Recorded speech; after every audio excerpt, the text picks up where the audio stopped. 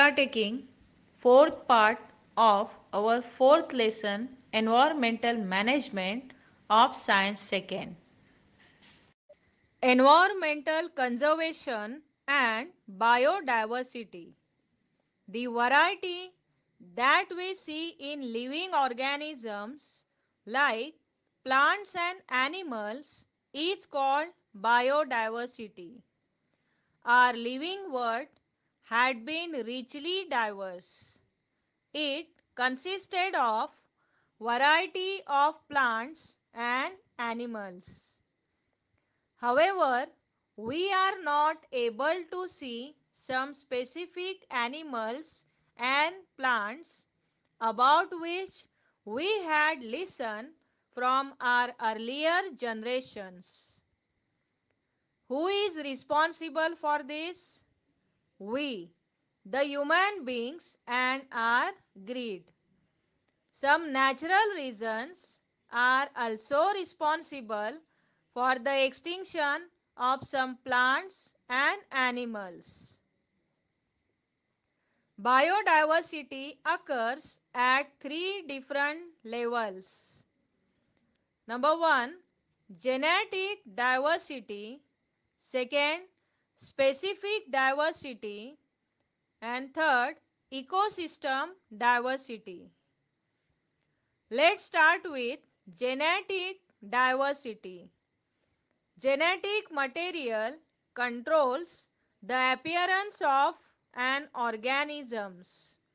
So, occurrence of diversity among the organisms of the same species is genetic diversity. For example, each human being is different from each other but belongs to the same species. Possibility of wiping out the species arises if there is decrease in the diversity within the species. Next is species diversity.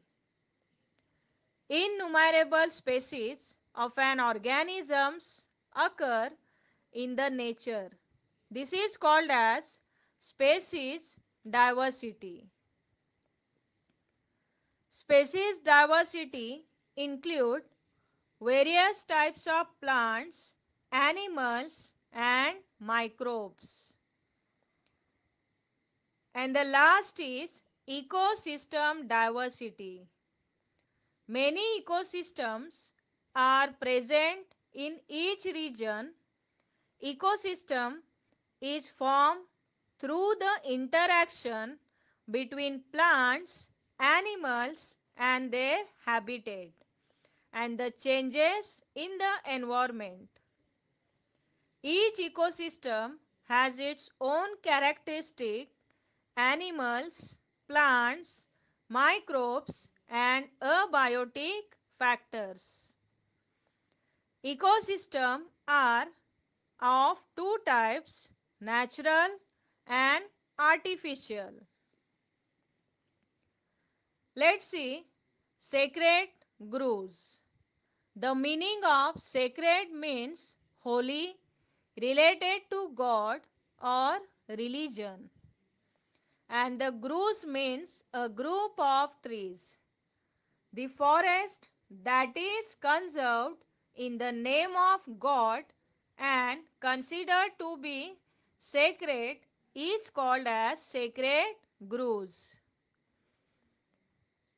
These are in fact sanctuaries conserved by the society and not by the government or any forest department. As these places are conserved in the name of God, it has special protection. It means hunting, cutting trees and poaching of animals is totally prohibited. This cluster of thick forests are present not only in Western Ghats of India but in the entire countries. More than 13,000 sacred groves have been reported in India. Today, I will be telling you a big story of a small man who turned impossible mission into a possible successful one. Jadhav Molai Paeng is a highly capable person born in nomadic tribe of Assam. In north of Jorhat lies the river Brahmaputra, one of the largest river of India. Jadhav Molai Paeng was just 16 years old when he started working as a forest worker. Once, large number of snakes died in the flood of Brahmaputra river flowing by the village. Molai was determined to dedicate his life to follow the call of his heart. As a preventive measure for soil erosion and to save the life of snakes, he planted 20 bamboo plantlets. It was not easy to convert the barren land into a fertile one, but his heart was with full of hope, and that hope showed him the way that led him to success of his mission. Jadhav Molai Paeng began his journey of transforming a barren, huge land of 1,360 acres in 1979 when the local forestry department began a social afforestation project on 200 hectares of land. Molai was one of the few forest workers who were looking after that project and tirelessly each day worked for his mission. Molai continued to plant the trees even after the completion of the project. As a result of his continuous work of planting and caring for the tree, the barren area witnessed the forest cover over the 1,360 acres.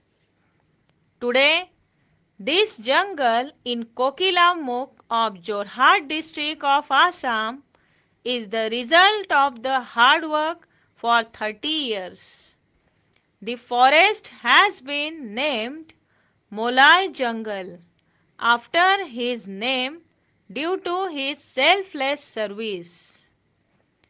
He has been awarded with the prestigious Padma Shri Award by Government of India for his unparalleled work. Many people come together to destroy the forest, but a single person, if determined, can establish a new forest. This message was given by the dedication of this small man, but because of his big story. Environmental conservation or social responsibility. Since the existence of human, there is interrelationship between human and environment.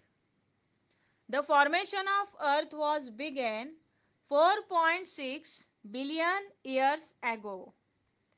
Humans stepped on the earth long after the formation of earth. Once we blessed with intelligence, we started proving our superiority as compared to other animals. With the help of some characters like intelligence, memory, imaginary ability, etc. So, many inventions, innovations, and technologies are the result of it. And now, what we are doing? We have established domination over the nature.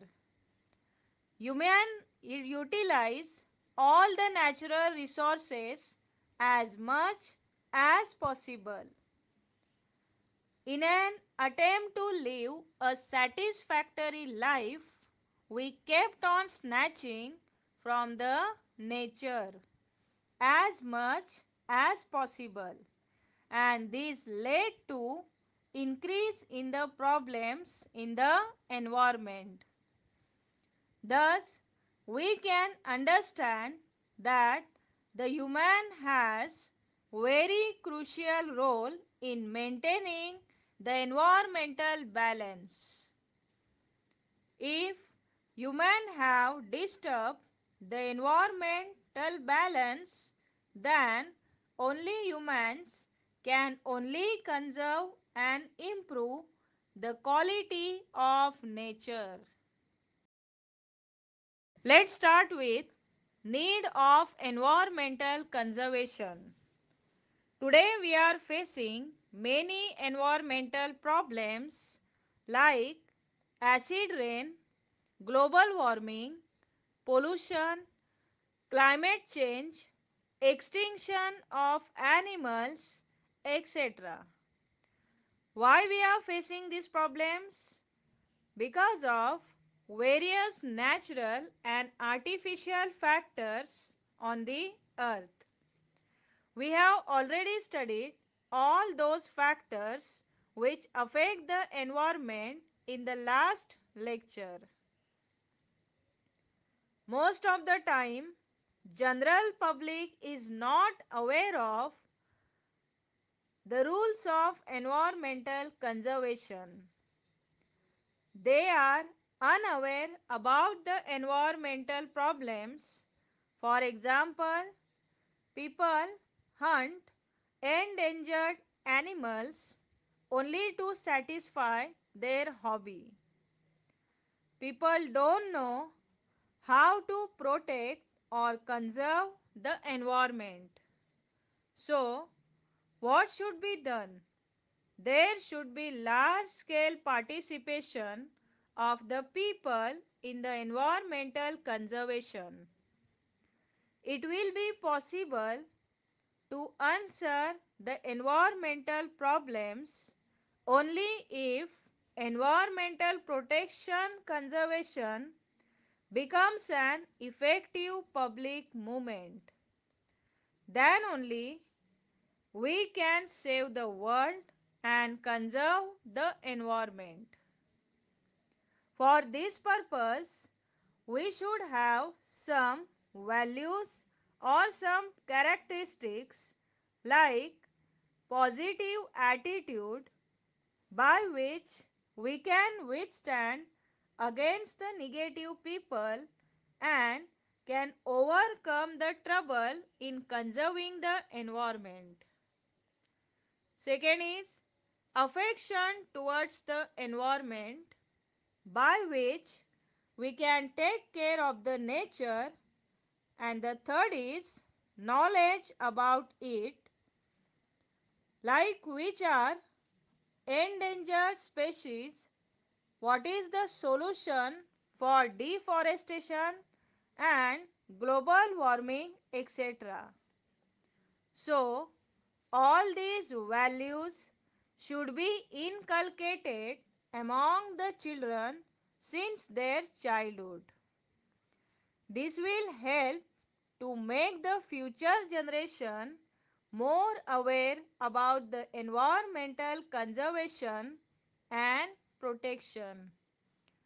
Today, all the developing, and underdeveloped countries have accepted the responsibility of environmental protection.